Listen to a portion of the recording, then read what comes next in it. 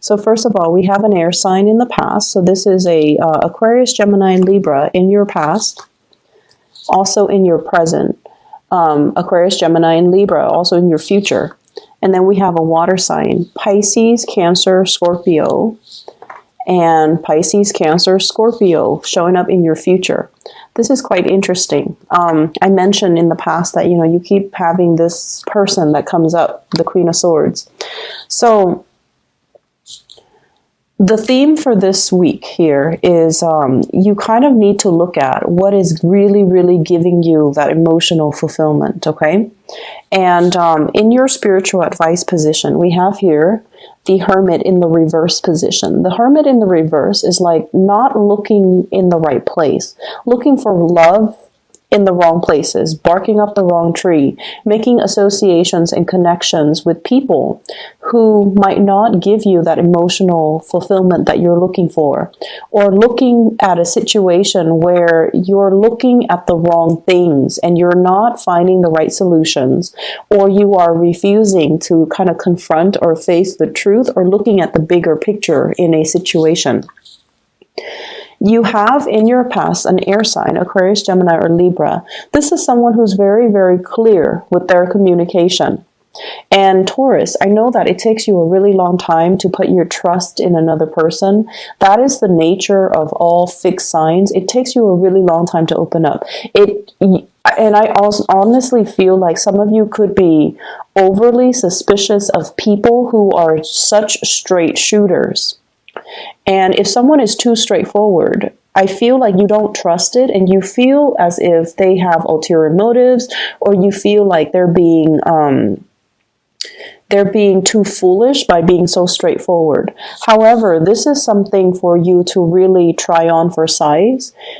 Being a straight shooter, being straightforward, being honest, and being very, very directed with what it is that you want, how you communicate. So you have this person in your past that has been nothing but truthful and honest with you.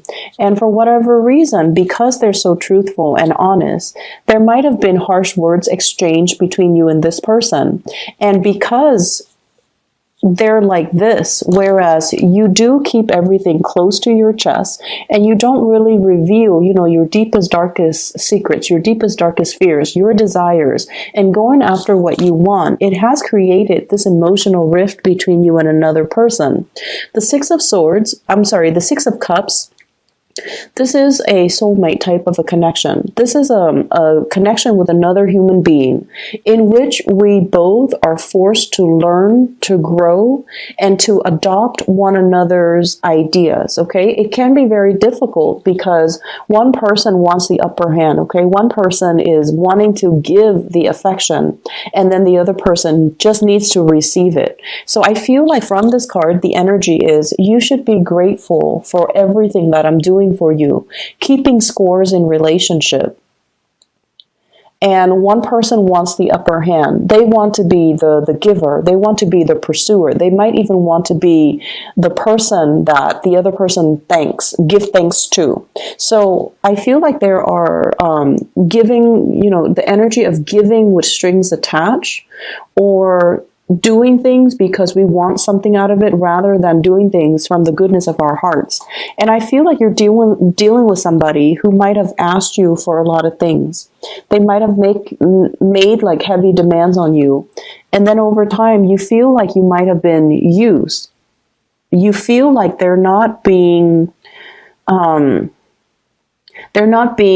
either considerate or understanding that your time is limited, that you're doing a lot in a relationship and you're doing a lot to try to sustain this relationship, and that it's taking its toll on you because they keep asking for more and you don't have a lot more to give. You don't have the time, the resources, the emotional investment left to give them. In the challenge position, we have here the Six of Wands. And the Six of Wands is indicating to me somebody who's very, very visible. Okay, so they're very, very visible in whatever way. They could be very famous. They could be, they're dividing their time between a lot of responsibilities and a lot of other people. And I feel almost like whenever we're so visible, we have to be really mindful about how we say things. We have to be really mindful about who we hang out with, how we communicate. We have to censor ourselves, and we can't really express ourselves exactly the way that we want. But I feel like at the bottom, like underneath the layers with this reading, it's about you not wanting to, it's sort of like conforming to social expectations, conforming to family expectations, conforming to the expectations of those around you, and not really authentically living in your truth. And on top of that, you have this added pressure of being very, very visible, where you are not free to act in the way that you know how.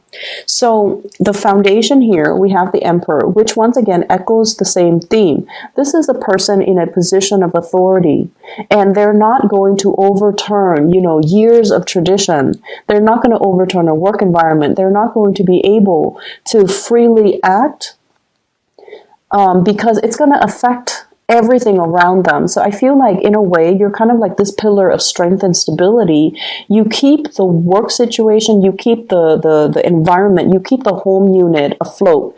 You're the person that everybody relies on. And so you're not free to behave and act and emotionally express yourself in the way that you want. You're not able to express bias. You're not able to be emotionally irrational because people depend on you for certain things.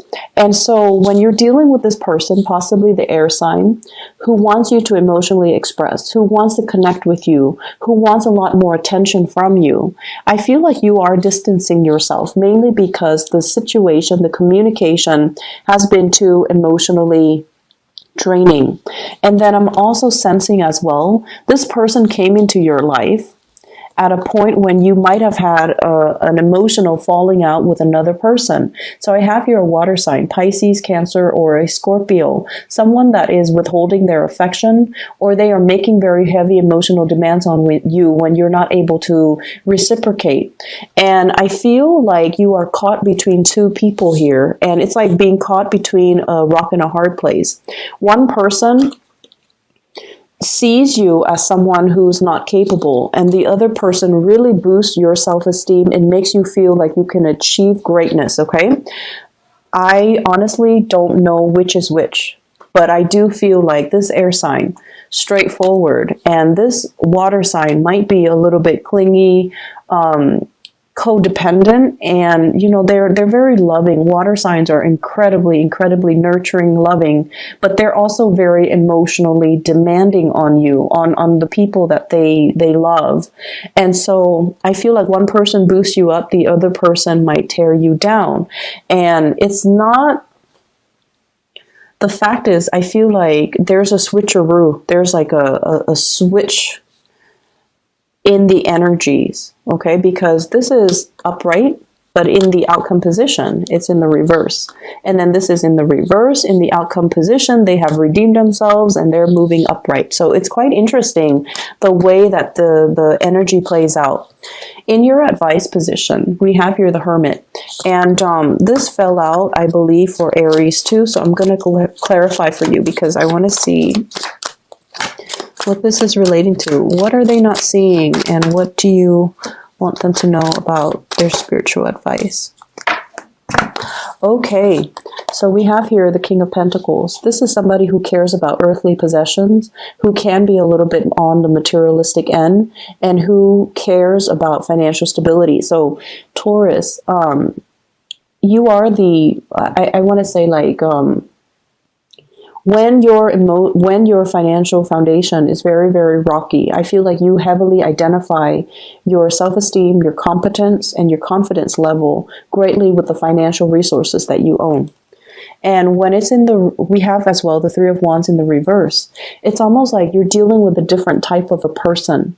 You're dealing with somebody who is like a nomad. They can travel with less. When a situation becomes too difficult, they just pick up and go. They're not bound to earthly possessions. They're not bound to, I'm going to stay and work things out. So I feel like they just up and bounce. Not because they are flaky or unreliable, but because they would rather have peace of mind and be alone and be happy than being stuck in a situation where they're carrying the brunt of the relationship and their partner is not understanding. So I feel like you're dealing with a different breed of people and you're not used to it.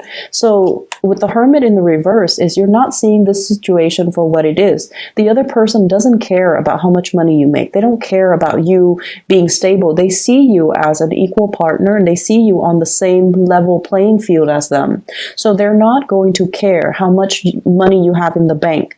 They're not going to care about the frivolous, practical, tangible things. They care about freedom of movement and, having an enjoyable life and waiting for opportunities to come in where we can expand our consciousness. And I feel like this is something that you're racking your brains trying to figure out. When someone is too honest and too straightforward, I feel like rather than taking things at face value, you read too much in between the lines and you feel like nobody is that honest. Nobody is that nice. Nobody is that straightforward. So whatever suspicions that you have, I feel it's unfounded. And I feel like you're looking at a person who has been truthful and honest through a very, very suspicious lens that is colored and affected by your interactions with people who have ulterior motives and who are manipulative in order to get what they want.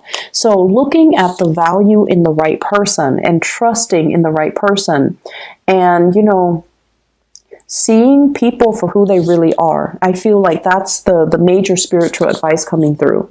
External to your environment, we have here the Judgment card in the reverse. And I feel like there needs to be contact. There needs to be communication. There needs to be kind of like airing out the dirty laundry so that everybody can see what is on display, what's on the table, what are we dealing with, okay? So making decisions in order to clear up the air. So this is all about, that angelic type of a timing where everybody's on board, rallying people to your cause, okay? I feel like many of you are playing the position behind the scenes where you are telling yourself, my hands are tied. I'm not free to act the way that I want. And there's really no excuse for that. With the Six of Wands, you're in a position of authority. People trust you. So whatever you need to say, I feel like you're holding yourself back because you don't want to cause a ruckus. And in your hopes and fears, we have here the Moon card, fear of being deceived. And the thing about being deceived is, whenever someone deceives us, we get very, very defensive because, our ego is triggered. And subconsciously, we kind of tell ourselves, they must think I'm very stupid for them to tell me a blatant lie. And if you take your ego out of that and just say that, this is not about me. This is not about them deceiving me. This is more about them having a pathological trait where they are unable to tell the truth to anybody, not just me. Taking your ego out of it and approaching a situation where you are not trying to confront the other person or corner them or get the upper hand, but you're just trying to get at the truth. I feel like there's somebody here who has been very honest with you, but for whatever reason, you have this unfounded and unexplainable sense of distrust towards them. And it's based on the people that you've dealt with in your past. And it's based on, some internal things that unfortunately I feel like you have to work on. Okay. In your outcome position, we have here the Five of Cups. The Five of Cups is looking at a situation for what it is. And I feel like regretting regretting the choices that we should have made, regretting the communication that has gone on, regretting that we didn't invest our time and the resources in the right things, letting a good opportunity pass us by. And it's kind of like, it's not until it's too late that we start to see it for what it is. Okay, we start to see the value in the person when they're no longer in the picture. We start to kind of live in the regret. We should have done things differently. We should have seen it for what it is. And we also have as well the Knight of Swords and the Knight of Cups. So once again, the two people coming out and in their positions are switched. So I feel somebody is trying to make amends with you. Somebody is making an offer. Somebody is coming in, softening up their energy. So rather than being abrasive and I want to say like straight shooter, they're trying to be more emotional. They're trying to wait on you. They're trying to make an offer as well. And they're trying to reach out to you in an emotional way. If you have had some disappointments coming in for this week, the disappointments are kind of like a blessing in disguise, because the other person is going to see that you're dealing with a lot, and they're coming in offering assistance, offering their love, and revealing their love to you because they're trying to cheer you up and they're trying to make things right by you. Okay, so whatever disappointments you're dealing with, think of it as a blessing in disguise. It allows you to kind of like admit, I've been wrong. And then in the process, I feel like the right people will be in the picture to show you that they have your back no matter what, that you have their unwavering support and loyalty. And there's also, love offers as well as an offer for an emotionally, it's more like an emotional offer. Somebody is opening up to you.